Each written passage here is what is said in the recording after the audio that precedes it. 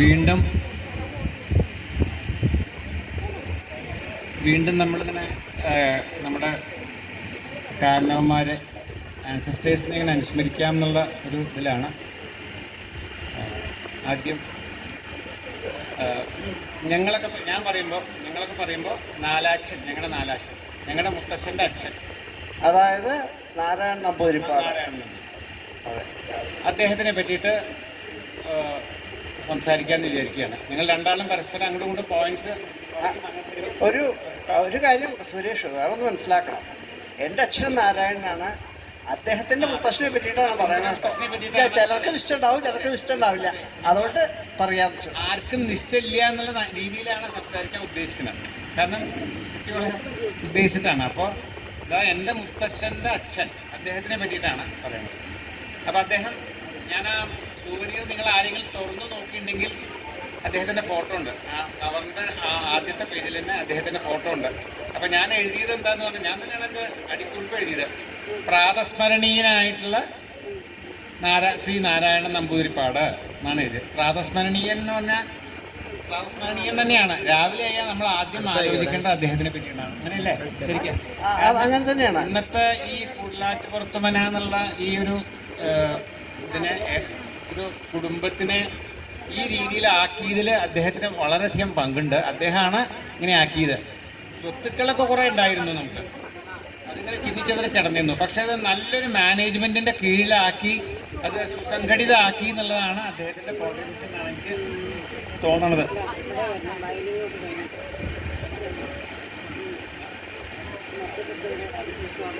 അതായത് ഞാൻ എവിടെ കേട്ടു കേട്ടോ, അത് എത്ര ശരിയാന്ന് ഇഷ്ടമില്ല. അദ്ദേഹം കാര്യം ഏറ്റെടുക്കുന്ന സമയത്ത് ഇല്ലത്ത് 10 പറ അരി വെക്കാനുള്ള ഇതില്ലാന്ന് കേട്ടിട്ടുണ്ട്. അത് ശരിയാണോന്ന് ഇഷ്ടമില്ല, പക്ഷെ അങ്ങനെ കേട്ടോ. അല്ലല്ല, അത് ശരി തന്നെയാണ്, ശരിയാവും. അത് അദ്ദേഹത്തിന്റെ വാക്കുകൾ കടമെടുത്തിട്ട് തന്നെ എല്ലാവരും പറയണ കേട്ടിട്ടുള്ള കാര്യമാണ്. അപ്പൊ ശരിയല്ലാതിരിക്കാൻ വഴിയില്ല. അത് ശരിയാണ്. 10 പറ അരി വെച്ചാൽ വെക്കാനുള്ള പാത്രമില്ല, അതിലപ്പുറം വേണിച്ചാൽ പുറത്തുനിന്ന് കൊണ്ടുവരണം. അങ്ങനെയാണ് ഞാൻ. അതെ അതെ. പിന്നെ അത് പറഞ്ഞപ്പോഴാണ് ഓർമ്മ വന്നത്. എൻ്റെ കുട്ടിക്കാലത്ത് ഞാൻ ഒരു 4 കാതൻ ചരക്ക് കണ്ടിട്ടുണ്ട്. 4 കാതൻ ചരക്കെന്ന് വെച്ചാൽ അത് കാണുന്നത് വരെ, അത്ര ഞാൻ പറയുള്ളൂ, അത് കാണുന്നത് വരെ ഞാൻ വിചാരിച്ചിരുന്നത് വട്ടത്തിലൊരു ചരക്ക്, അതിൽ ഇവിടെ ഒരു കാത, ഇവിടെ ഒരു കാത, ഇവിടെ ഒരു കാത, അവിടെ ഒരു കാത എന്നാണ് ഞാൻ വിചാരിച്ചിരുന്നത്. അങ്ങനെയല്ല, ഇവിടെ 2 കാത, ഇവിടെ 2 കാത, അങ്ങനെയാണ്. എനിക്ക് ആദ്യം കണ്ടപ്പോൾ അത്ഭുതമായിട്ടുണ്ട്. അത്രയും കൂറ്റനാണ്. 2 ആളോ 4 ആളോ ഒക്കെ നിർത്താൽ അത് സൂക്ഷിച്ചു വെച്ചത് ആ ഇതിലാണ്, നെല്ലാറക്കൊണ്ടിലാണ്.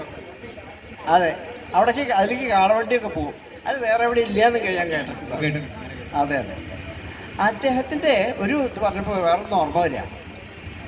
എൻ്റെ വിവാഹം കഴിഞ്ഞപ്പോൾ സാവിത്രിയുടെ അച്ഛൻ എന്നോട് ചോദ്യം ചോദിച്ചു, കുഞ്ഞുകൂട്ടാ, ഞാൻ ഒരു ഇത് കേട്ടിട്ടുണ്ട്, അത് ശരിയാണോ എന്ന് അറിയണമെന്നുണ്ടാവും.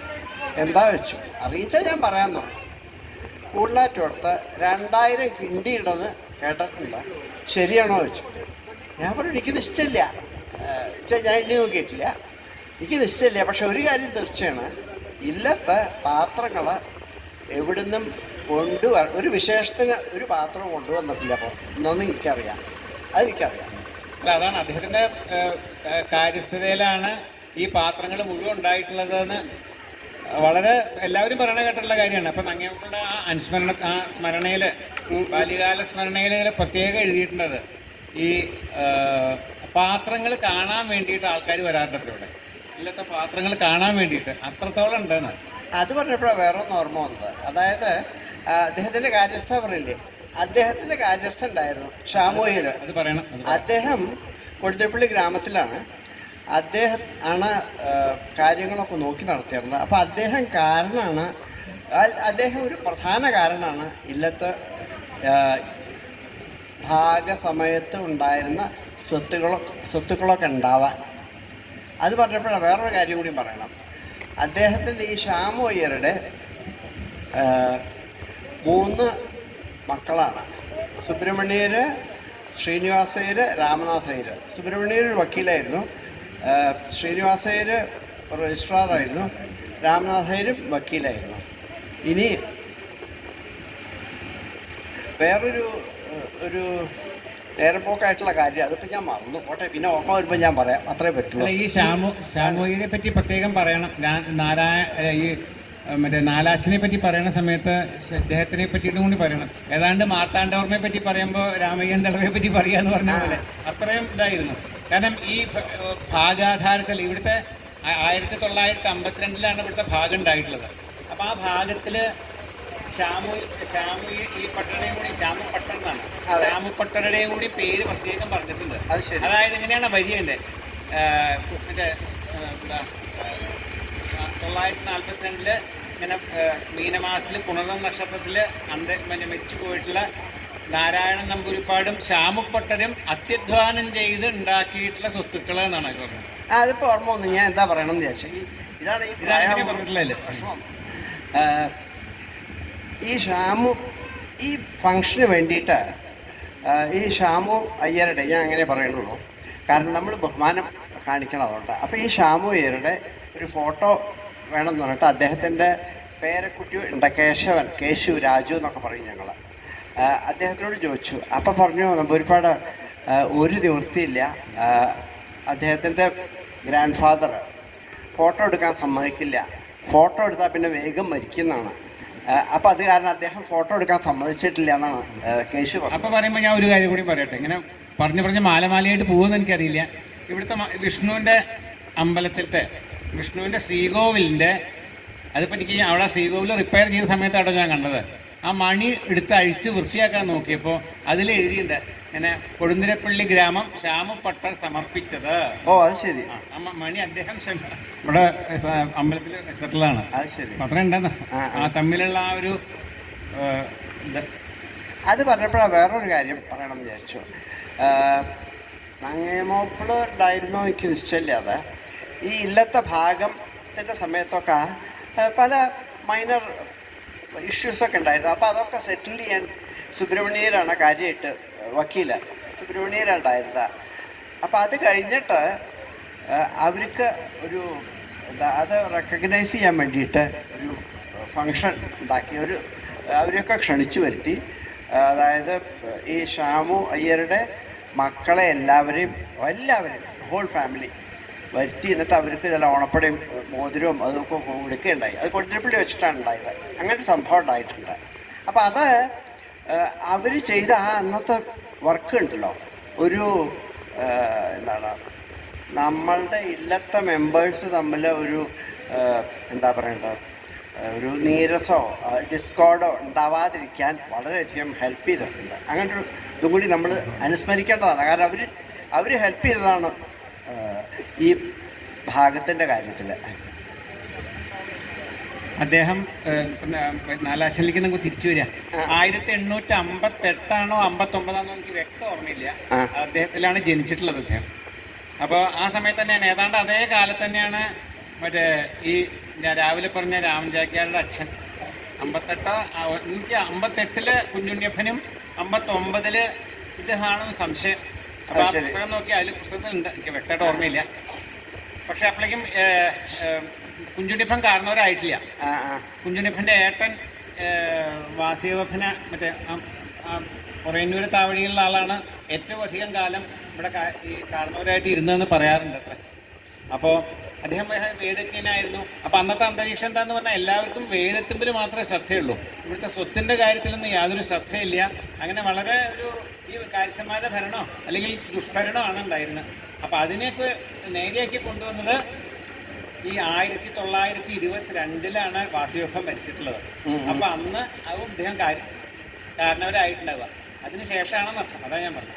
അത് പറഞ്ഞപ്പോഴാണ് വേറൊരു കാര്യം ഓർമ്മ വന്നത്. ഇവിടെ ആ തെക്കിനിയുടെ മുകളിൽ അതെൻ്റെ ഓർമ്മ ശരിയാണെങ്കിൽ കുഞ്ഞുണ്ണിയപ്പൻ അവിടെ കിടന്നിരുന്നതുകൊണ്ട് അല്ലേ? തെക്കിനിയുടെ മുകളിലാണ്. അതിൻ്റെ തൊട്ടടുത്തൊരു മുറി ഉണ്ടായിരുന്നു. ആ മുറിയിലാണ് ഈ വെള്ളി പാത്രങ്ങളൊക്കെ വെച്ചത്. ഞാൻ കുറേ വെള്ളി പാത്രം കണ്ടിട്ടുണ്ട്. ചാത്തത്തിന് വേണ്ട എല്ലാ പാത്രങ്ങളും വെള്ളി കൊണ്ടായിരുന്നു. പിന്നെ വേറൊന്ന് പറയാം, ഈ അമ്മാത്ത കുഞ്ഞിനെയും കേൾക്കണില്ല വെച്ചാൽ ഇത് പറയാം കേട്ടോ. ദേശമംഗലത്ത് കുറേ വെള്ളി പാത്രം ഉണ്ടായിരുന്നു. അപ്പം എനിക്കതൊരു ഇമോഷണൽ അറ്റാച്ച്മെൻറ്റോട് ഞാൻ വാങ്ങാൻ നോക്കി. അതിന് ഖനമൊന്നുമില്ല. അതേസമയത്ത് ഇല്ലത്തുണ്ടായിരുന്ന വെള്ളിപ്പാത്രമൊക്കെ ഉണ്ട്, വളരെ നല്ല അതെ അതെ അതെ. വെള്ളിപ്പാത്രം.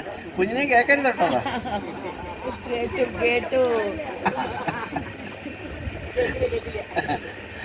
അതെനിക്ക് വളരെ അത്ഭുതമായിട്ട് തോന്നിയിട്ടുണ്ട്. പിന്നെ ഉണ്ടായിരുന്ന ഒരു സാധനം എനിക്ക് ഇപ്പോഴും ഓർമ്മയുണ്ട്. അതൊരു വെള്ളിക്കുടമാണ്, ഒരു ചെപ്പ് കുടം. കഷ്ടിച്ച് ഇത്ര ഉയരുണ്ടാവും, എൻ്റെ ഇവിടുന്ന് ഒരു ഇത്ര ഉയരുണ്ടാവും. അത് ഒരു തുണി ബാഗിലാണ് പൊതിഞ്ഞ് വെച്ചത്. അതൊക്കെ കാണാൻ രസമായിരുന്നു. അതെ അതെ അതെ. മറ്റേതും പറയേണ്ട പറ്റില്ല കേട്ടോ. ഈ എന്താണ് നെലാറക്കുണ്ടിലത്തെ ആ പാത്രമൊക്കെ അവിടെയാണ് വെച്ചേർത്തത്. അപ്പോൾ അവിടെ ഒരു ഇറയുണ്ട്. ഇറയത്തിന് അവിടെ ഒരു രണ്ട് എന്താ പറയട്ടെ വാതിൽ രണ്ട് സൈഡിലേക്കും അത് പിന്നെ പടിയുണ്ട്. പടി ഇതുപോലെ തുറക്കാവുന്നതാണ്. അത് തുറന്നു കഴിഞ്ഞാൽ പിന്നെ രണ്ട് വാതിൽ, വെർട്ടിക്കലായിട്ടുള്ള വാതിൽ, അതും തുറക്കണം. എന്നിട്ട് കാളവണ്ടി അകത്തേക്ക് പോകും. എന്നിട്ട് അന്നാണ് പാത്രം എടുത്തിട്ട് പുറത്തേക്ക് കൊണ്ടുവരിക. അതൊരു സംഭവമാണ് കുട്ടികളാവുന്ന സമയത്ത്. അതെ. അപ്പോൾ കാലത്താണ് ഈ ഇതൊക്കെ ഉണ്ടായിട്ടുള്ളത്. മരാമത്തുകൾ മുഴുവൻ ഉണ്ടായിട്ടുള്ള അദ്ദേഹത്തിന്റെ കാലത്താണ്. 1932 മറ്റേത് പറയേണ്ടതാ നമ്മൾ വാരം മീനമാസത്തിലെ വാരം. അതെ, അത് ഇദ്ദേഹം മരിച്ചിട്ടാണ്. അതെ, അല്ല അത് അദ്ദേഹത്തിനെ അനുസ്മരിക്കുകയാണ്. അതുകൊണ്ടാണല്ലോ വെറുതെ അദ്ദേഹത്തിന്റെ യോഗ്യത നല്ലോണം നിശ്ചയുള്ളതുകൊണ്ടും ഈ എല്ലാവരും ആദരിക്കണം എന്നുള്ള ഒരൊറ്റ നിർബന്ധം കൊണ്ടായിരിക്കും ഈ നമ്മൾ അദ്ദേഹത്തിൻ്റെ മരണശേഷം അദ്ദേഹത്തിൻ്റെ ചാത്തത്തിൻ്റെ അന്ന് ഈ മീനമാസത്തിൽ പുണർത്തത്തിന് ചാത്താണ്. അന്ന് ഈ വാരം നടത്താൻ നിശ്ചയിച്ചത്. ഇത് വളരെ നമുക്ക് പിന്നെ കൂടുതലായിട്ടോടത്തോർക്ക് ഏതും കൂട്ട കളിയില്ല. അപ്പോൾ വാരം തന്നെ. അതെ, അത് പറഞ്ഞപ്പോഴാണ് രാവിലെ നമസ്കാരം, വൈകുന്നേരം വാരം. അതെ, അല്ല എങ്ങനെയല്ലേ അങ്ങനെ അല്ലേ? രാവിലെ തലേ ദിവസം വ്യത്യാസമാണോ എങ്ങനെയാ? രാത്രി വാരം രാവിലെ നമസ്കാരം അല്ലേ? അല്ലേ, അങ്ങനെയല്ലേ? അത് ഞങ്ങൾക്ക് കുട്ടിക്കാലത്തൊക്കെ വാരം വെച്ചാൽ വലിയ ഇവൻ്റാ. എന്താ വെച്ചാൽ പായസം ഉണ്ടാവും, അതന്നെ കാര്യം, വേറൊന്നുമല്ല അർത്ഥം. അത് വലിയൊരു ഇവൻ്റായിരുന്നു. പിന്നെ പായസം ഉണ്ടാവുന്നത് വല്ല പിറന്നാളിലൊക്കെ ഉണ്ട്. അപ്പോൾ അത് വലിയ കാര്യമായിരുന്നു. ശരിക്കും പറഞ്ഞാൽ ആ കിഴക്കൻ ഭാഗത്തെ മരുമക്കള് രണ്ടാളും മഹായോഗ്യന്മാരായിട്ടുള്ള മാത്തൂര് മരുമക്കള് മോശം നല്ല മനസ്സിലായി. അദ്ദേഹത്തിന്റെ ബ്രദറാണ് സ്വാമിയാര്. അപ്പൊ ശരിക്കും പറഞ്ഞാൽ വളരെ നല്ലൊരു കാലാണ് ശരിക്കത്. കാരണം അനവധി സുവർണകാലം കാരണം അനവധി സൽക്കർമ്മങ്ങൾ ചെയ്തിട്ട് ഈ അദ്ദേഹത്തിന്റെ ആൻസസ്റ്റേഴ്സ്, നാലാച്ചന്റെ ആൻസസ്റ്റേഴ്സ് ഒരുപാട് നല്ല കാര്യങ്ങളൊക്കെ ചെയ്ത്, പിന്നെ അദ്ദേഹത്തിന്റെ ഈ സ്വാമിയാരുടെ 1000 മുറ നമസ്കാരം, പിന്നെ അങ്ങനെ കുറേ നല്ല കാര്യങ്ങൾ ചെയ്തിട്ട് അതിൻ്റെ ഒരു പരിപൂർത്തി ഇന്നലെ എല്ലാറ്റെയും അതായിരിക്കും ഈ കാലം 1922 മുതലേ. അത് പിന്നെ സുവർണകാലം പറഞ്ഞപ്പോൾ വേറൊരു കാര്യം ഓർമ്മ വന്നു. അച്ഛൻ്റെ അമ്മ, അതായത് എൻ്റെ അച്ഛൻ്റെ അമ്മ വടിക്കടുത്ത മഹള വെച്ചാൽ ഞാൻ അങ്ങനെ റിപ്പീറ്റ് ചെയ്യുന്നത് എന്തിനാ വെച്ചാൽ ചിലർക്ക് നിശ്ചയം ഉണ്ടാവില്ല. അതുകൊണ്ട് ഞാൻ പറഞ്ഞേ ഉള്ളൂ. അല്ലാണ്ട് അധികം പേർക്ക് നിശ്ചയം ഉണ്ടാവും. പക്ഷെ ആർക്കെങ്കിലും അറിയില്ലെങ്കിൽ അവർ പറഞ്ഞിട്ടുണ്ട്, അവർ വന്ന കാലത്ത് അവർ ഓട്ടുവളയാണ് ഇട്ടിരുന്നത് എന്ന് പറഞ്ഞിട്ടുണ്ട്. പിന്നെ സ്വർണ്ണവളയൊക്കെ ഇട്ടിട്ടുണ്ട്. അത് ഈ ഇതിൽ ഞാൻ ഭാഗവതത്തിൽ പറയുന്നുണ്ട്, സ്വർണത്തമ്മിലാണ് കലി ഇരിക്കുക എന്ന് പറയുന്നുണ്ട്. അപ്പോൾ അതുകൊണ്ടാണോ അങ്ങനെ ഓട്ടുവള ഇട്ടിരുന്നത് എനിക്ക് നിശ്ചയില്ല കേട്ടോ. ഞാൻ വെറുതെ ഇങ്ങനെ ആലോചിച്ച് നോക്കുക, അത്രേ ഉള്ളൂ. അത് പറയുമ്പോൾ ഒരു കാര്യം കൂടി പറയാം. ഈ ആത്തേമാരുടെ ഓട്ടുവള മുഴുവൻ ഉരുക്കി അദ്ദേഹം. എന്നിട്ട് ആ ഉരുക്കിയിട്ടുള്ള 4 മറ്റേ ഇതുണ്ടാക്കി, ഓട്ടുവള മുഴുവൻ ഉരുക്കിയിട്ട് 4 വിളക്കുണ്ടാക്കി. ഇത് ഇത്ര ഉയരമുള്ള ഇപ്പോൾ വേണമെങ്കിൽ ശിവൻ്റെ അവിടെയും വിഷ്ണുവിൻ്റെ അവിടെയും വെച്ചിട്ടുണ്ട്. 4 വിളക്കുണ്ടാക്കി, ഭഗവത് സേവയ്ക്കുള്ള വിളക്കായിട്ട്. അപ്പം അത് ഈ ആത്തേമാരുടെ ഓട്ടുവള ഉരുക്കിയിട്ടുള്ള വിളക്കാണ്. അത് ശരി. എന്തായാലും അത് നല്ല ഉപയോഗമായി. അതെ, ആത്തേമാരോട് സന്തോഷമായിട്ടുണ്ടാവും. അതെ, അങ്ങനെയുള്ളൊരു ആളുടെ ആ വംശപരമ്പരയിൽ ഒരു 3 ജനറേഷൻ പോയാലല്ലേ വല്യപ്പൻ എത്തുന്നത്. അതായത് ശരിയാണ്. എൻ്റെ വല്യപ്പൻ സുരേഷ് ചെറിയ വല്യച്ഛൻ പറയണ ശങ്കരൻ നമ്പൂതിരിപ്പാട്. അദ്ദേഹം തെക്കേടത്തുനിന്നും വെളിയച്ചു, അഘോരിന്നും വെളിയച്ചു. അദ്ദേഹത്തിനെ പറ്റിയിട്ടാണ് ഞാൻ ഇപ്പം മെൻഷൻ ചെയ്തത്. അദ്ദേഹത്തിൻ്റെ ഓഫ്കോഴ്സ് അങ്ങനെപ്പോഴൊക്കെ ശരിക്കും അറിയണ്ടാവും. ഞാനൊക്കെ ആദ്യം കാണുന്നത് അദ്ദേഹം ഒരു പ്രമേഹം ആയിട്ടുള്ള ഒരു ആളായിട്ടാണ്. അപ്പോൾ അദ്ദേഹത്തിൻ്റെ ചിട്ടവട്ടങ്ങളൊക്കെ അതിനേക്കാൾ ഇതായിട്ടാണ്. പിന്നെ കുറച്ച് കഴിഞ്ഞിട്ട് കുറച്ചും കൂടി വലുതായപ്പോൾ മനസ്സിലായി ഈ ഇദ്ദേഹത്തിന് ഇത് മാത്രമല്ല വേറെ എന്തൊക്കെയോ ചിലതുണ്ടെന്ന് മനസ്സിലായി. പിന്നെ മനസ്സിലായി ഇത് ഇദ്ദേഹത്തിന് വേദത്തിൽ ബാക്കിയുള്ളവർ വളരെയധികം ബഹുമാനിക്കുന്ന ഒരു വ്യക്തിയാണ് വല്യപ്പൻ എന്ന് മനസ്സിലായത്. പിന്നെ കുറച്ചായിട്ട് മനസ്സിലായി ഇദ്ദേഹത്തിന് നമ്മളാരും വിചാരിക്കുന്നതിനെക്കാട്ടിലും അധികം അറിവുണ്ട്. വേദത്തിൽ ബാക്കിയുള്ളവർ ഇദ്ദേഹത്തിനെ വളരെയധികം ബഹുമാനിക്കണമുണ്ടെന്ന് മനസ്സിലായത്. കുട്ടിയാകുമ്പോൾ അതൊന്നും നിശ്ചയില്ല. അതാണേ. അതെ, വലിയ ബുദ്ധിമാനായിരുന്നു അദ്ദേഹം. ഞാൻ കേട്ടിട്ടുള്ള കഥ പറയാം. അദ്ദേഹം ചെറിയ കടന്നിരിക്കൽ കഴിഞ്ഞിട്ട് വരണ സമയത്ത് നാലാച്ചൻ ഒരു ഗിഫ്റ്റ് കൊടുത്തു. അന്നത്തെ കാലത്ത് സാധാരണ നമ്പൂരിമാരൊക്കെ മുറുക്കും.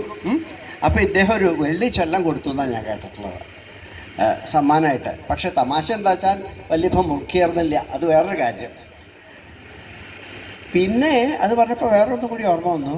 പിന്നെ വലിയ കടന്നിരിക്കൽ കഴിഞ്ഞിട്ട് അദ്ദേഹത്തിന് ഒരു വാച്ച് സമ്മാനമായിട്ട് കിട്ടി. അത് ഞാൻ കണ്ടിട്ടുണ്ട്.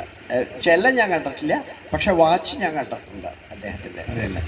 അന്നത്തെ കാലത്ത് വളരെ കുറച്ച് പേർക്കേ വാച്ച് ഉണ്ടായിരുന്നുള്ളൂ. കുഞ്ഞനപ്പൻ ഉണ്ടായിരുന്നു, അത്രയ്ക്ക് തന്നെ തോന്നില്ല. അങ്ങനെ എൻ്റെ ഒരു ഓർമ്മ. ചെല്ലം ശരി, ഇതവിടെ ഉണ്ടത്, അങ്ങപ്പള്ളയിലുള്ളത് ചെല്ലം. അതുപോലെ നമുക്കൊരു ഫോട്ടോ എടുത്തിട്ട് എല്ലാവർക്കും അയച്ചു കൊടുക്കണം, ഫോട്ടോയെങ്കിലും. അതെ, നാലാച്ചിനെ പറ്റി ഒന്ന് രണ്ട് അനക്ഡോട്ട്സും കൂടി പറഞ്ഞു. പറയാലോ. അല്ലേ, ഒരു കഥ ഞാൻ കേട്ടിട്ടുള്ള, അദ്ദേഹം സാധാരണ ഇപ്പോൾ നമ്മുടെ മുത്തശ്ശൻ, അദ്ദേഹം മോശമാക്കിയിട്ട് പറയല്ല കേട്ടോ, അങ്ങനെ തോന്നരുത്. മുത്തശ്ശനൊന്നും ഞങ്ങളോടൊന്നും വർത്തമാനം, ഈ പേരക്കുട്ടികളോടൊന്നും വർത്തമാനം പറയുന്നതായിട്ട് ഒട്ടും കണ്ടിട്ടില്ല. പക്ഷേ ഈ നാലാച്ചൻ അങ്ങനെയായിരുന്നില്ല. കിഴക്കിണിയിൽ വന്നിരുന്നു, ഇതൊക്കെ കേട്ട കഥകളാണ്. അമ്മയോ അല്ലെങ്കിൽ മുത്തശ്ശിമയ്ക്ക് അമ്മ പറഞ്ഞു, അങ്ങനെയുള്ളതായിരിക്കും. കിഴക്കിണിയിൽ വന്നിരുന്നിട്ട് മഹളേരെയൊക്കെ 4 പുറവും വിളിച്ചിരുത്തി ധാരാളം വർത്തമാനം പറയത്രേ. അങ്ങനെ കേട്ടിട്ടുണ്ട്. പിന്നെ എനിക്ക് വളരെ ടച്ചിങ് ആയിട്ടുള്ള തോന്നിയിട്ടുള്ള ഒരു ഇൻസിഡൻറ്റ് പറയാം, ഒരു കാര്യം. അത് ശരി. അച്ഛനമ്മ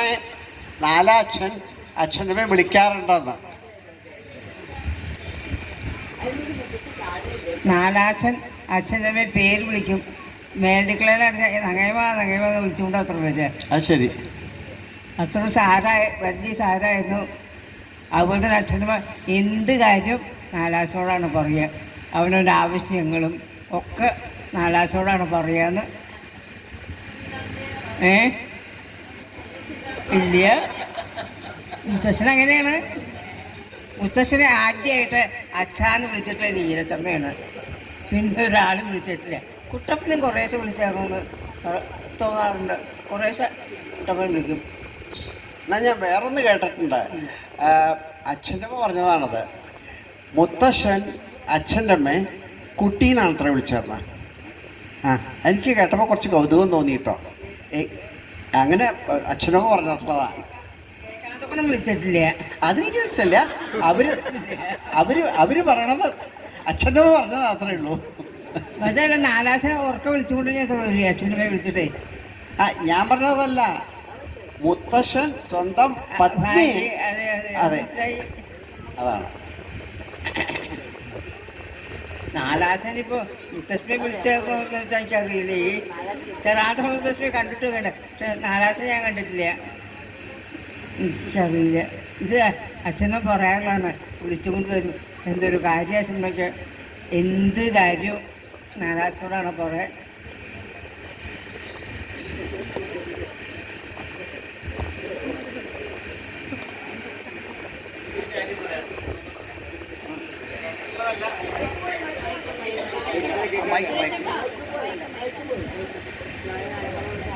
കുഞ്ഞിക്കാവപ്പൻ നാലാച്ചൻ്റെ മകനാണല്ലോ, മുത്തച്ഛന് താഴെ.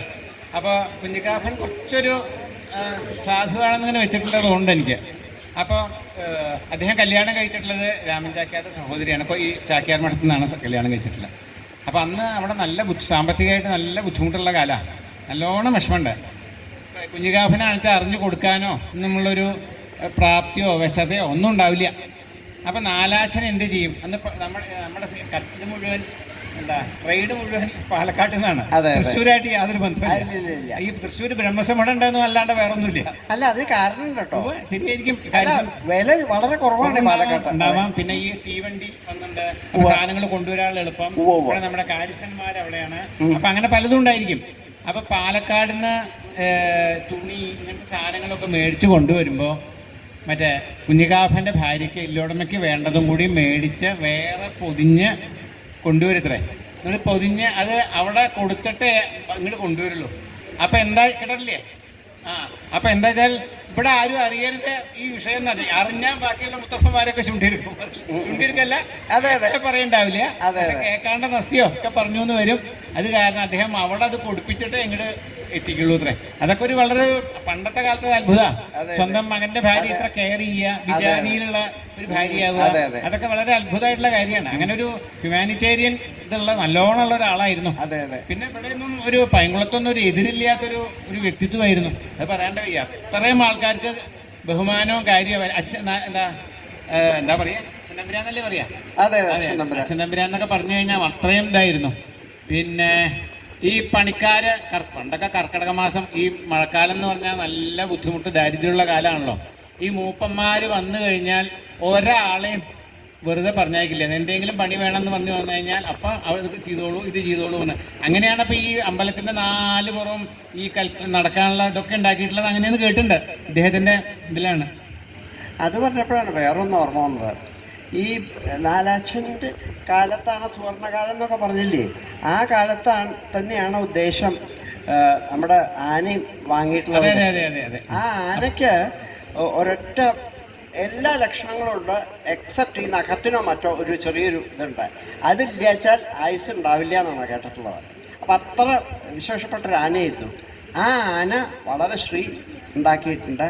അതുപോലെ അച്ഛൻ്റെ അമ്മ വിവാഹം കഴിച്ചുകൊണ്ട് വളരെയധികം ശ്രീ വളരെ പറയാറുണ്ട്. അച്ഛനമ്മയുടെ ജാതകം അത്ര വിശേഷമാണ്. അതുപോലെ എല്ലാം ഉണ്ടാവും. കാരണം ഒക്കെ കൂടി ഒരുമിച്ച് വരിക, ഈ പൂർവ്വസൂരികൾ ചെയ്തിട്ടുള്ള നല്ല കാര്യങ്ങൾ, അതിന്റെ ഗുണങ്ങൾ വരിക. അപ്പൊ അങ്ങനെയാണല്ലോ ഇതൊക്കെ വരണത്.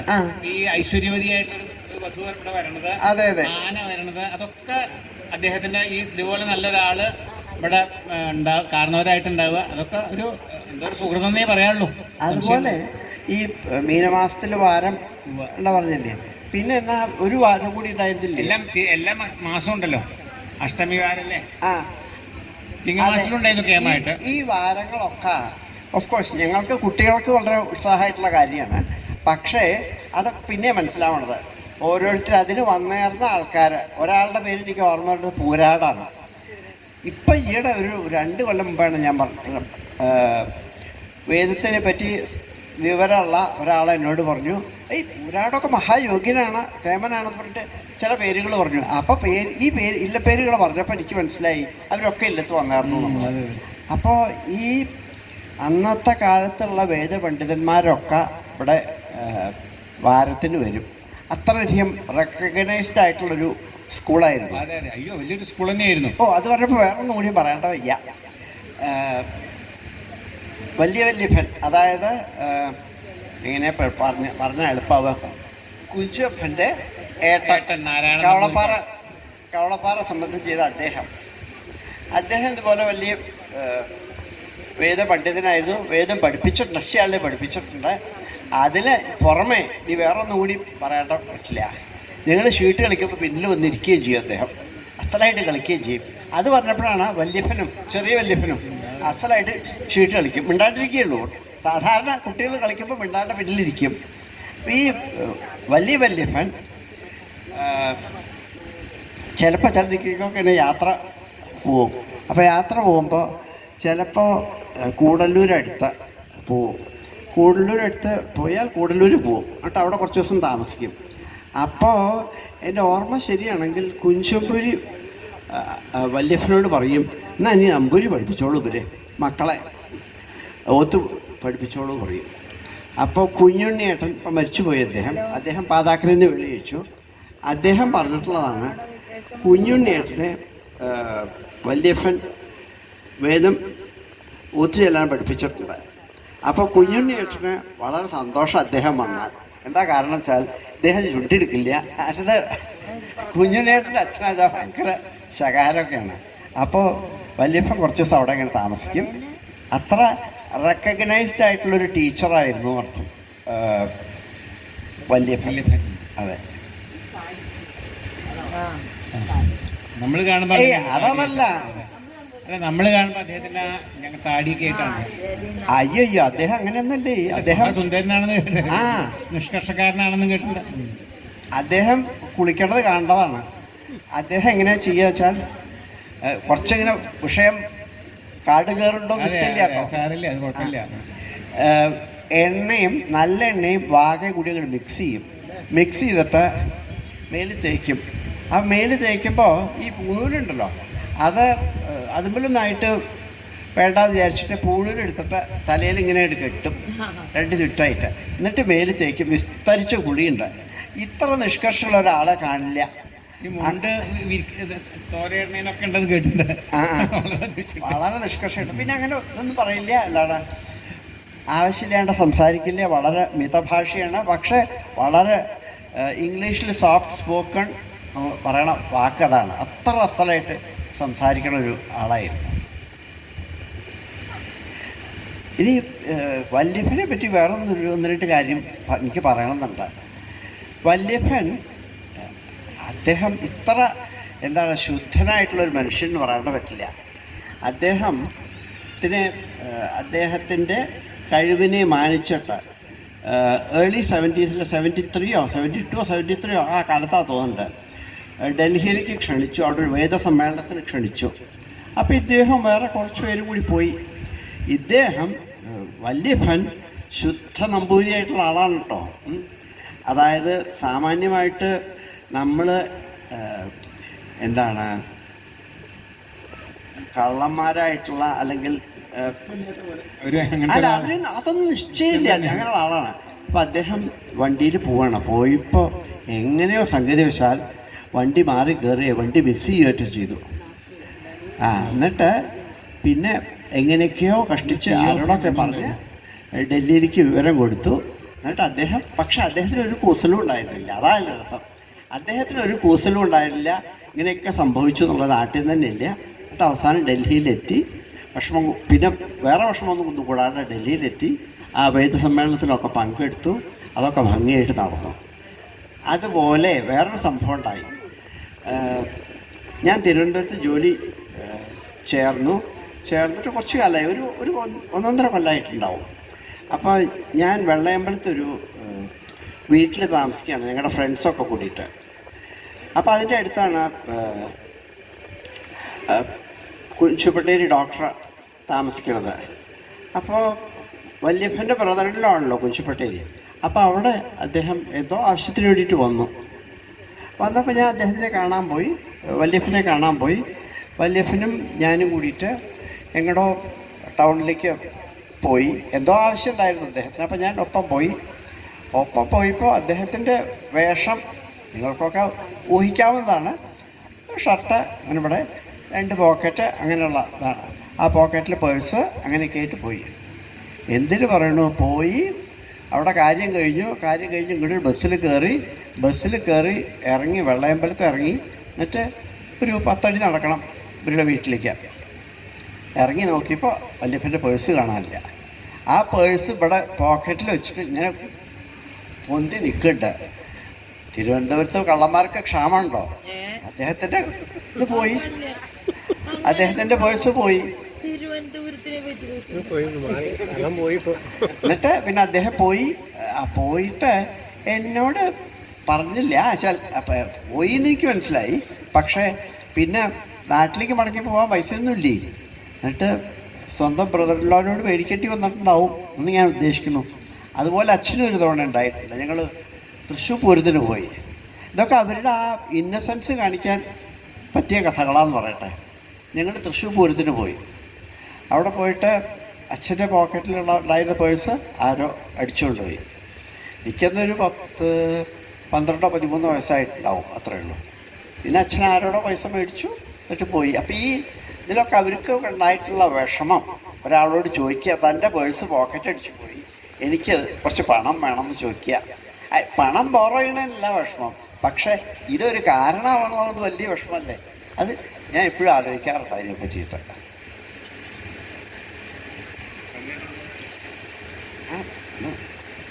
ഇതൊക്കെ നമ്മുടെ നേരിട്ട് നിങ്ങളൊക്കെ അറിയണ ബന്ധുക്കളുടെ കഥയാണ്. ഇതൊന്നും അല്ലാണ്ട് വേറൊരു ആളുണ്ട്, മഹാകേമൻ.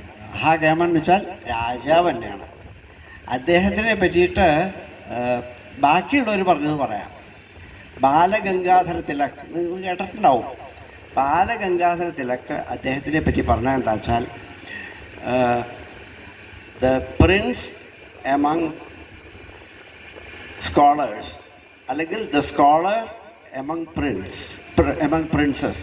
അതായത് പണ്ഡിതന്മാരുടെ ഇടയിൽ രാജാവ്, രാജാക്കന്മാരുടെ ഇടയിൽ പണ്ഡിതൻ എന്നാണ് ബാലഗംഗാധര തിലക് പറഞ്ഞത്. അങ്ങനെയുള്ളൊരു കേമനായിട്ടുള്ളൊരു രാജാവ് ഉണ്ടായിരുന്നു. അദ്ദേഹത്തിനെ പറ്റിയിട്ട് അദ്ദേഹത്തിനെ സാമാന്യമായിട്ട് പറയണത് എന്താ വെച്ചാൽ ഒഴിഞ്ഞ വല്യമ്പ്രാൻ അല്ലെങ്കിൽ രാജർഷി എന്നൊക്കെയാണ് അദ്ദേഹത്തെ പറഞ്ഞിരുന്നത്. അദ്ദേഹം നമ്മുടെ ഒരു മുത്തപ്പൻ്റെ മകനായിരുന്നു. ഈ ഒഴിഞ്ഞ വല്യമ്പ്രാൻ വളരെ ബ്രില്യൻ്റ് ആയിട്ടുള്ള ഒരാളായിരുന്നു.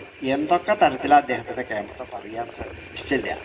അപ്പോൾ ഞങ്ങൾക്കൊക്കെ അങ്ങനെ കേട്ടും വായിച്ചും ഉള്ള അറിവേ ഉള്ളൂ. കേട്ടു വായിച്ചുള്ള അറിവല്ലേ ഉണ്ടാവുള്ളൂ. അതെ, അത്രല്ലേ ഇതുള്ളൂ. അതെ, അദ്ദേഹത്തിൻ്റെ ചില കഥകൾ എവിടെ വായിച്ചു പറഞ്ഞില്ലേ? അദ്ദേഹം മറ്റേ ഈ 1800 അല്ലേ, ബ്രീഫായിട്ട് ബയോഗ്രഫി എന്ന് പറഞ്ഞാൽ 1852 അദ്ദേഹം ജനിച്ചിട്ടുള്ളത്. സുരേഷ് ജനിക്കണേൻ്റെ ഒരു 105 കൊല്ലം മുമ്പ്. 105 കൊല്ലം മുമ്പ്. അങ്ങനെയൊക്കെ നമ്മൾ കണക്കാക്കുക, എന്നാൽ കോറിലേറ്റ് ചെയ്യാൻ പറ്റും. അതെ, എന്നാൽ മനസ്സിലാവുന്ന അർത്ഥം. പിന്നെ വേറെ ഒന്നും കൂടി പറയാൻ ഞാൻ പറയാട്ടോ. ഈ 1852 കണക്ട് ചെയ്യാൻ എന്താ വെച്ചാൽ, ഈ 1852 അന്നത്തെ കൊച്ചി മഹാരാജാവ് തീപ്പിടുണ്ടായി. തീപ്പിട പറഞ്ഞാൽ അങ്ങനെയല്ല, കാശിയിലേക്ക് അദ്ദേഹം യാത്ര ചെയ്തിട്ട് വസൂരി പിടിച്ച് മരിച്ചു. അപ്പോൾ ആ വസൂരി പിടിച്ച് മരിച്ച കൂട്ടത്തിൽ അന്ന് അദ്ദേഹത്തിനെ അക്കമ്പനി ചെയ്ത ആള് അദ്ദേഹത്തിൻ്റെ ബ്രദറിൻലോ ആയിരുന്നു. ബ്രദറിൻലോ നമ്മുടെ ഒരു മുത്തപ്പനാണ്. നമ്മുടെ മുത്തപ്പനായിട്ടുള്ള ഒരാളാണ് അന്ന് അദ്ദേഹത്തിന് അവിടെ അക്കമ്പനി ചെയ്തിട്ട് അദ്ദേഹം അവിടുന്ന് മരിക്കേണ്ടായത്. അപ്പോൾ ആ ഒരു വർഷമാണ് അദ്ദേഹം വെച്ചാൽ മറ്റേ ആ മുത്തപ്പൻ അവിടെ തൃപ്പൂണിത്തുറ കോവിലത്ത് വിവാഹം ചെയ്തു. വിവാഹം ചെയ്തിട്ട് ശരിക്കും പറഞ്ഞാൽ ഈ പ്രിയാദികളായിട്ട് വിവാഹം ചെയ്തു. അങ്ങനെ ചെയ്തു കഴിഞ്ഞിട്ടുണ്ടെങ്കിൽ ഒരു പതിത്തുണ്ട്. അപ്പോൾ പിന്നെ ഇല്ലത്ത് വന്നാൽ കൂട്ടിത്തൊടാൻ പാടില്ല, പിന്നെ ചാത്ത ഒട്ടുമ്പോൾ ഒരുമിച്ചിരിക്കാൻ പാടില്ല, അങ്ങനെ പല റെസ്ട്രിക്ഷൻസ് ഉണ്ട്. പക്ഷെ എന്തോ അദ്ദേഹം അങ്ങനെ ചെയ്തു. അപ്പോൾ ആ വഴിയിൽപ്പെട്ട ആൾ തന്നെയാണ് ഇദ്ദേഹത്തിൻ്റെയും ഈ രാജശ്രീയുടെയും അച്ഛൻ. പക്ഷെ അദ്ദേഹം സംബന്ധമാണ് ഉണ്ടായിട്ടുള്ളത്. അങ്ങനെ 1852 അദ്ദേഹം ജനിച്ചു. അത് കഴിഞ്ഞ് 1895 അദ്ദേഹം മഹാരാജാവായത്. പറയണത് വായിച്ചറിവ് പ്രകാരം അദ്ദേഹം ശക്തൻ തമ്പുരാന് ശേഷം മറ്റേ കൊച്ചിയിലുണ്ടായിട്ടുള്ള ഏറ്റവും യോഗ്യനായിട്ടുള്ള രാജാവാണെന്നാണ്.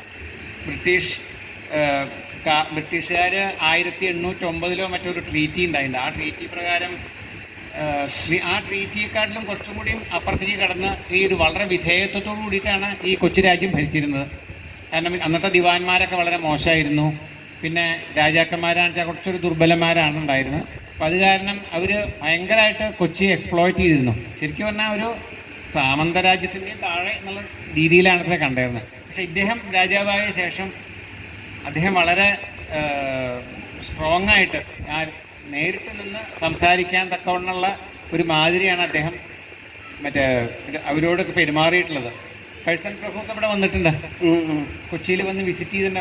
അദ്ദേഹത്തിനെ വളരെ റെസ്പെക്റ്റോട് കൂടിയിട്ടാണ്. അദ്ദേഹം രാജാവായ ശേഷം പിന്നെ അവർ ഒരു എന്താന്ന് പറയുക, റീസണബിളായിട്ടുള്ളൊരു ബഹുമാനത്തോട് കൂടിയിട്ട് ഇദ്ദേഹമായിട്ട് കൊച്ചി രാജ്യത്തിലെ എല്ലാ കാര്യങ്ങളിലും ഇടപെട്ടിട്ടുള്ളൂ. ഒരു സമനിലയിലുള്ള ഇടപെടലേ ഉണ്ടായിട്ടുള്ളൂ. അദ്ദേഹം സമ്മതിച്ചിട്ടുള്ളൂ. അതാണ് അദ്ദേഹത്തിൻ്റെ യോഗ്യത. അതെ അതെ. പിന്നെ ഈ പറഞ്ഞ പോലെ ഈ നാലാച്ചിനെ പറ്റി പറഞ്ഞ പോലെ തന്നെ അല്ലെങ്കിൽ ആ സ്വത്ത് കുറേ ഉണ്ട്, പക്ഷെ അതൊക്കെ വളരെയധികം മിസ്മാനേജ്ഡ് ആയിരുന്നു. മാനേജ്മെന്റ് വളരെ മോശമായിരുന്നു. അത് അങ്ങനെയാണ് പറയണത്. അത് പറഞ്ഞപ്പോഴാണ് വേറൊന്ന് ഓർമ്മ വന്നത്. ബ്രിട്ടീഷുകാർ അവരുടെ ബിസിനസ്സിന് വേണ്ടിയിട്ട് മദ്രാസിൽ നിന്ന് മാംഗ്ലൂർ വരെ റെയിൽവേ ലൈൻ ഇട്ടു. പുഴയുടെ തെക്ക് ഭാഗം കൊച്ചിയാണ്, കൊച്ചി രാജ്യമാണ്. അപ്പോൾ അതിനെ പറ്റിയിട്ട് അവർക്ക് ബോധറേഷൻ ഇല്ല. അപ്പം ഇദ്ദേഹം എന്ത് ചെയ്തു വെച്ചാൽ, രാജേഷ് എന്ത് ചെയ്തു വെച്ചാൽ, ഷൊർണൂരിൽ നിന്ന് കൊച്ചി വരെ ഒരു റെയിൽവേ ലൈൻ ഇടണം ഉച്ചയ്ക്ക്. പക്ഷേ അതിന് പണമില്ല. അപ്പം അദ്ദേഹം എന്ത് ചെയ്തു വെച്ചാൽ, പൂർണ്ണ ത്രയീഷിന് 15 തലയെക്കെട്ടുണ്ടായിരുന്നു, സ്വർണം കൊണ്ടുള്ള തലയെക്കെട്ടുണ്ടായിരുന്നു. അതിൽ 14 എടുത്തിട്ട് ഉരുക്കിയിട്ട് അത് വിറ്റു. ആ പണം കൊണ്ട് അദ്ദേഹം ഷൊർണൂർ മുതൽ കൊച്ചി വരെ റെയിൽവേ ലൈൻ ഇട്ടു. പിന്നെ അത് മാത്രമല്ല, ആലോചിച്ച് നോക്കും അദ്ദേഹത്തിൻ്റെ ആ മിടുക്ക്, ആ ബുദ്ധി, ആ ധിഷണാശക്തി. പിന്നെ അദ്ദേഹം ചാലക്കുടി ആ ഭാഗത്ത് മലയിലേക്ക് ട്രാം സർവീസ് ഉണ്ടാക്കി. എന്തിനാന്ന് വെച്ചാൽ അവിടെയുള്ള മരം ഇങ്ങോട്ട് കൊണ്ടുവരാൻ വേണ്ടിയിട്ട്. അപ്പോഴല്ലേ അവിടുത്തെ മരം ഉപയോഗിക്കാൻ പറ്റുള്ളൂ. അപ്പോൾ ധാരാളം മരം ഉണ്ടായിരുന്നു അന്ന്. ഈ മരത്തിന്, തേക്കിന് വളരെ ക്ഷാമമുള്ള കാലമാണ്. കയറ്റി എക്സ്പോർട്ട് ചെയ്യാനുള്ള നല്ലൊരു ഓപ്പർച്യൂണിറ്റിയാണ്. ഇത് അദ്ദേഹം ട്രാം സർവീസ് തുടങ്ങി. ആ ട്രാം സർവീസ് തുടങ്ങി ധാരാളം മരങ്ങൾ അവിടുന്ന് കൊണ്ടുവന്നു. അതൊരു നല്ലൊരു ബിസിനസ്സായി. ഈ കൊച്ചിയുടെ സാമ്പത്തിക നില വളരെയധികം മെച്ചപ്പെടുത്തി. ഒരു കാര്യം കൂടി പറയണം, ഈ ഷൊർണൂർ കൊച്ചി ലൈന് 3 കൊല്ലം കൊണ്ടാണ്. അതെ, 3 കൊല്ലം കൊണ്ടാണ് പണി തീർത്തത്. അന്നത്തെ നിലയ്ക്ക് അത് വലിയൊരു അത്ഭുതമല്ലേ. ഇന്നിപ്പോ ട്രെയിൻ സർവീസ്, ഇങ്ങനത്തെ സാധാരണ ഇപ്പോഴുള്ള സർവീസ് ഇതൊന്നും ഇല്ലല്ലോ, സൗകര്യങ്ങളൊന്നും ഇല്ല. പിന്നെ എത്ര പുഴകൾ താണ്ടിയിട്ട് വേണം പോണത്. അതെ അതെ, അങ്ങനെയൊക്കെയാണ്. അത് അതിൻ്റെ ആ വിഷമം പറയാൻ വേണ്ടിയിട്ടൊരു ഉദാഹരണം പറയാം. ഞാൻ ആദ്യം എറണാകുളത്തേക്ക് പോയ സമയത്ത് 2 സ്ഥലത്ത്, ഒരു സ്ഥലത്ത് റെയിൽവേ ബ്രിഡ്ജും റോഡ് ബ്രിഡ്ജും ഒന്നായിരുന്നു. പിന്നെ ഒരു ദിക്കിൽ റോഡിന് ബ്രിഡ്ജില്ല. എന്നിട്ട് ബസ് ഒരു ചങ്ങാടത്തിന് കയറ്റിയിട്ടാണ് പോയത്. ഇത് ഞാൻ 1961-ത്തെ കഥയാണ്, 60-ത്തെ കഥയാണ് പറയണത്. അത്ര മോശമായിരുന്നു. അപ്പം ആലോചിച്ചു, അതിൻ്റെ 100 കൊല്ലം മുമ്പ് എന്തായിരുന്നു എനിക്ക് സ്ഥിതി. 1902 മറ്റോ ആണ് ഉണ്ട് ഈ ഷൊർണൂർ കൊച്ചി ട്രെയിൻ വന്നിട്ടില്ല. വളരെ അത്ഭുതമാണ് വെച്ചാൽ ഒരു ചെറിയ നാട്ടുരാജ്യമാണ് ഇന്ത്യയിലത്തെ. അതല്ല, ചെറുതാണ്. പക്ഷെ തിരുവിതാംകൂറിനെ പോലെ ഒന്നും ഇല്ല. മിഷണറി ആയിരുന്നു. അതാണ് മിഷണറി ആയിരുന്നു. പിന്നെ വേറൊന്ന് പറ്റി, ഈ 1-ാം ലോക മഹായുദ്ധത്തിന് കുറേ ആൾക്കാരെ ബ്രിട്ടീഷുകാർ റിക്രൂട്ട് ചെയ്തു. അപ്പോൾ അതിന് എഗ്രി ചെയ്തത്, അതിന് സമ്മതിച്ചത് രാജശ്രീയുടെ തന്നെ മകനാണെന്നോ അല്ലേ, അതെനിക്കറിയില്ല. രാജശ്രീയുടെ ആൾക്കാരാണ് ചെയ്തത്. അല്ല, മകനല്ല, രാജശ്രീയുടെ ദിവാനൊക്കെയാണ് ചെയ്തത്.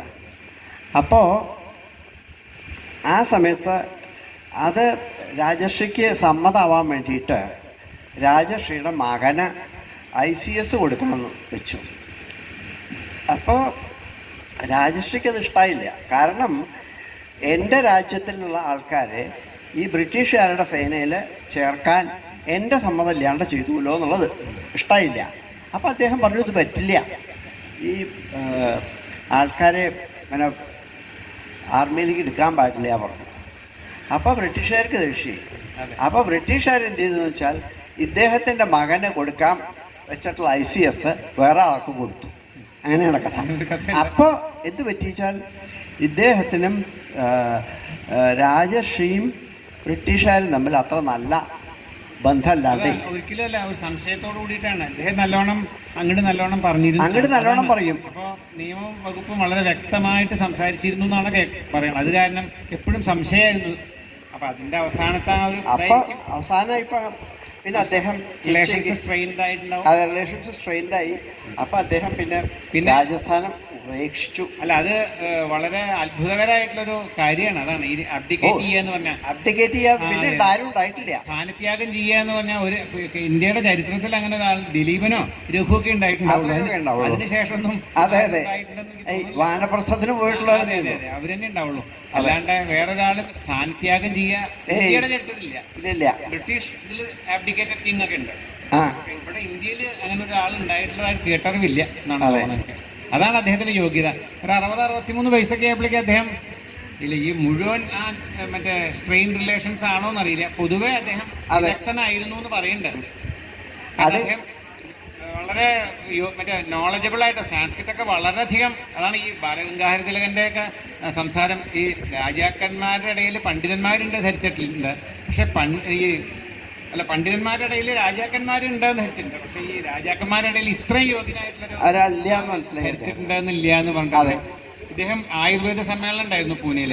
ആ ആയുർവേദ സമ്മേളനത്തിൻ്റെ പ്രസംഗം കേട്ടിട്ടാണ് അത്ര തിലകൻ ഇങ്ങനെ പറഞ്ഞത്. വളരെയധികം അപ്രീഷിയേറ്റ് ചെയ്തിട്ടുണ്ടെന്ന് കേട്ടിട്ടുണ്ട്. പിന്നെ അദ്ദേഹം പുസ്തകങ്ങളൊക്കെ എഴുതിയിട്ടുണ്ട് കുട്ടികളെ പഠിപ്പിക്കാൻ വേണ്ടിയിട്ട്. ഈ ആദ്യമായിട്ട് സംസ്കൃതം സ്കൂള് കുട്ടികൾ തുടങ്ങിയത് അദ്ദേഹമാണ്. പിന്നെ ബാലബോധിനി എന്ന് പറഞ്ഞാൽ അതെന്ന് അങ്ങനെയില്ല, അതെന്നും എന്താ ഒരു കുട്ടികൾക്കുള്ളൊരു സംസ്കൃതം പഠിക്കുമ്പോഴേ ആദ്യം പഠിക്കേണ്ടതുണ്ട്, അതെന്ന് പ്രഥമയ്ക്കർത്ഥം എന്നൊക്കെ പറഞ്ഞു. അതൊക്കെ ഇതിലുള്ളതാ. ഈ ബാലബോധനം എന്ന് പറഞ്ഞ നിലയിലാണ് ഇത്രയും മഹാനായിട്ടുള്ളൊരു ഒരു രാജാവ് നമ്മുടെ ഇല്ലത്തെ നമ്മുടെ ഒരു കാർന്നവരുടെ മകനായിട്ടുണ്ടായിരുന്നു. നമുക്കൊക്കെ അഭിമാനിക്കാവുന്ന കാര്യമാണ്. ഈ ബാക്കിയുള്ളവരെ പറഞ്ഞ പോലെ തന്നെ, അതായത് നാലാച്ഛനെയും വല്യപ്പനെയും പറഞ്ഞ പോലെ തന്നെ ഇത് വളരെ റിമാർക്കബിൾ ആണ്. നമ്പൂരി കാണിച്ച അവിടെ തന്നെയാണ്.